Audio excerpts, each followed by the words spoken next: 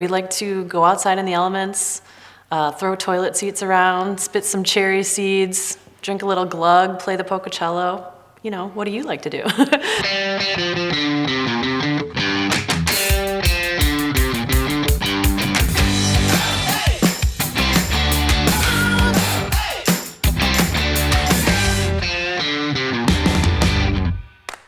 Years ago, we had a ski hill, and so people went skiing, and that was a thing to do. Then cross-country skiing became pretty popular, so that entertained us.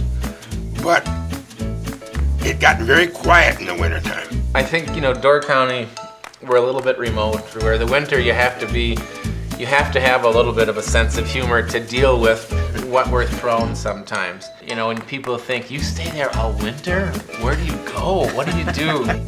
The answer, for many locals, is to make their own fun.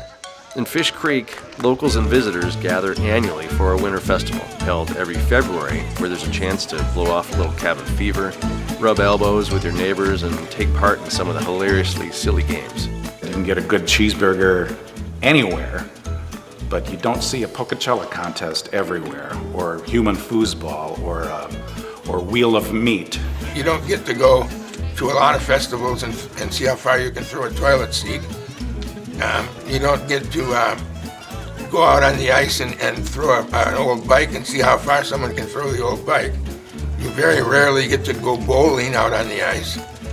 Those are the kinds of things I think all-inclusive make this festival what it is.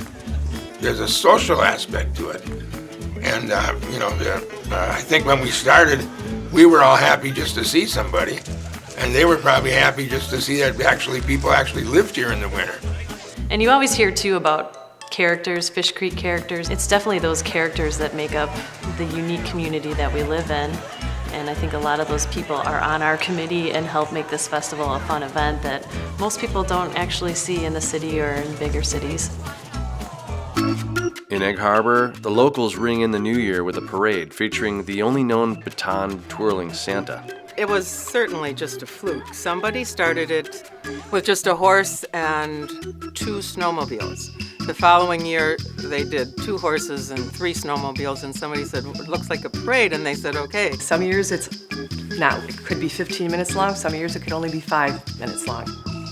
All it is, you line up at the church, and, the baton-twirling Santa leads it, and then there's the fire trucks. The favorite is the hot tub. We take a cherry pallet, and my husband heats it up and gets it hot. And then my girls and I get in this hot tub, and then we'll go down to the church and then get in it. It's a huge, and if the colder it is, the better, because the steamier it gets. Christine Tierney has been our baton-twirling Santa since as long as I can remember. She's great. Everyone loves her. Everyone knows it's her. All these guys are coming up from the sides kissing her and things, and she's just a riot. I love running up and hugging the children. In fact, the parents call me over, come on over, and then I hug all the little kids and they tell me what they got for Christmas.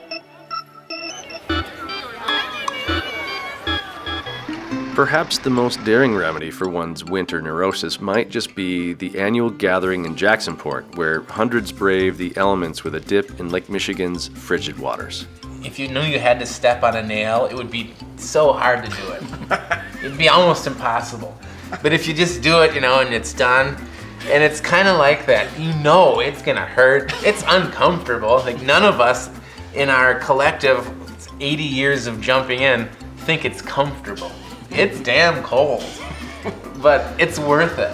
You never know what it's going to be like. It's not like you can prepare a week before for what the conditions are going to be like.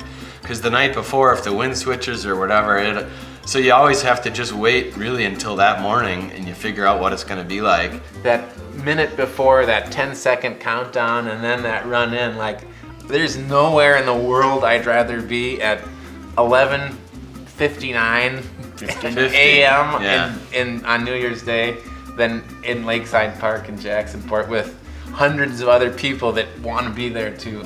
And I can tell just by facial expression and body language who are the people who are the first-time swimmers and the apprehension they have, the fear they have, and then the 180-degree turn they do when they come out of the water. I did it. And I always talk to first-time people, and I always say, you're going to imagine it to be worse than it is. When you come out, you're going to be so exhilarated, there's going to be such an adrenaline rush. Cold is irrelevant for about 5 or 10 minutes.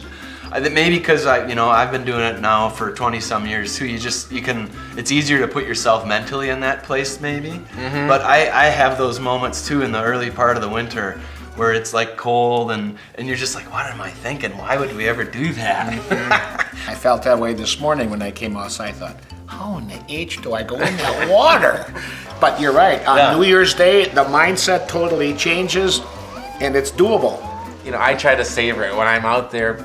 Some people will run in, they'll run out faster, and if there's a bit of advice to share with a potential swimmer or even an experienced swimmer, is just stop and savor it, take it in, and you'll see. Usually, all of us are out there, and we kind of you look at the crowd, and there's hundreds of people where you're coming out, and there's hundreds of people in the water with their costumes dripping and falling apart and glasses disheveled, and it's just a wonderful moment of complete chaos. I think in any situation, adversity enhances camaraderie. Yeah. And I think winter in Wisconsin and winter in Door County is a great example of that.